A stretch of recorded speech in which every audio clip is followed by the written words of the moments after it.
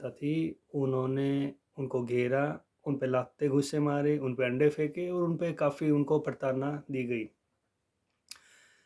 तो कहने का तात्पर्य ये है दोस्तों, कर्मा जो कर्म है, जो आप बोओगे वही आप काटोगे, जैसा आप करोगे वैसा आप भरोगे, जो आप इस देश को, इस प्रगति को आप इस लोगों को दोगे वही आपको रिटर्न मिलेगा। इसे ही कर्मा रिटर्न कहते हैं।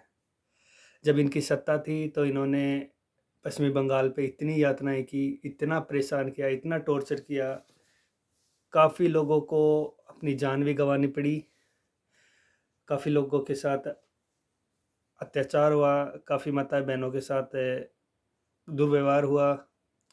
लेकिन सत्ता की हनक में इन दोनों बुआ भतीजों ने कभी भी कोई कार्रवाई नहीं की अपने वोट बैंक के चक्कर में।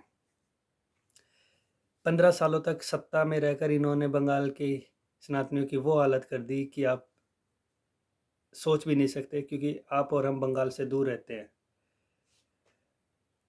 आज सरकार बदली है, जब इनकी हालत इतनी हो गई कि इन्हें समाधान एक ही मिला कि किसी तरीके से सरकार बदली जाए, तो उन्होंने एक साथ वोटिंग करके सत्ता को उखाड़ फेंका और आज इनकी हालत ये हो गई कि जनता परेशान जनता इनके गुर्गों को, इनके गुंडों को पकड़ पकड़ के जुत्तों से मार रही है।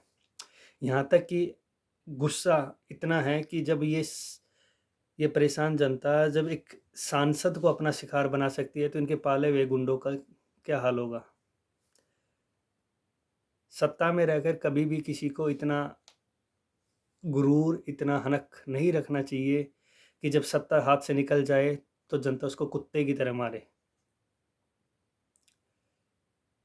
उम्मीद है प्राउड किसी भी चीज़ का, किसी भी शक्ति का अहंकार इंसान को अंधा कर देता है और उसकी दुर्गति बहुत ही बुरी होती है। आज पश्चिमी बंगाल के टीएमसी के गुंडों की हालत ये हो गई कि वो कहीं भी जहाँ पे उन्होंने अत्याचार किया था, जिन लोगों पे अत्याचार किया था, उन इलाकों में जाने से भी बच रहे हैं कि कहीं उनका कोई शिकार ना कर दे। ऐसा ही बो, जैसा तुम काटना चाहते हो ऐसा ही करो, जैसा तुम पाना चाहते हो ऐसा ही दो लोगों को जैसा तुम लेना चाहते हो।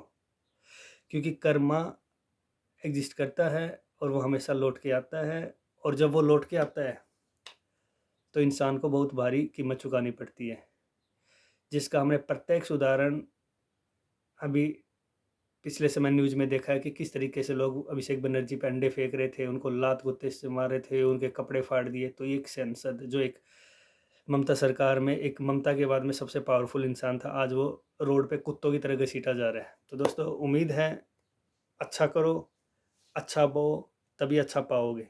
जय हिंद, जय भारत।